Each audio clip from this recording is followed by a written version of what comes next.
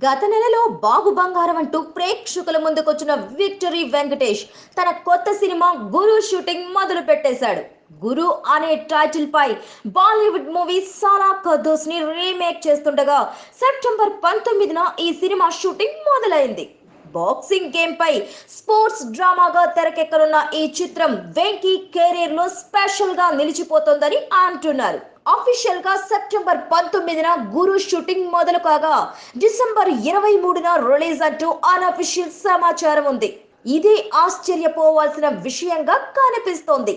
కేవలం 90 రోజుల్లోనే ఓ సినిమాను రిలీజ్ కు ఎలా రెడీ చేస్తారన్నది పాయింట్. దీనికి ఓ సమాధానం కూడా వినిపిస్తోంది.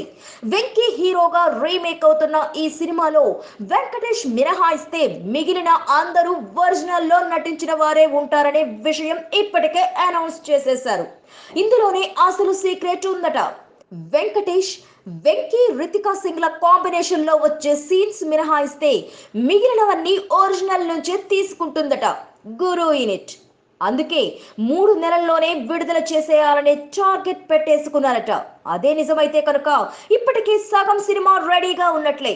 మిగిలిన సగం మూవీని పిక్చరైజ్ చేసి పాత వెర్షన్ కు కొత్తగా డబ్బింగ్ చెప్పించేస్తే సరిపోతుంది. ఇలా హాఫ్ డబ్బింగ్ హాఫ్ రీమేక్ చేసేసే కాన్సెప్ట్ ఏదో కొత్తగా అనిపించడం లేదు. Please subscribe. Hi, it's me Purna. Please subscribe.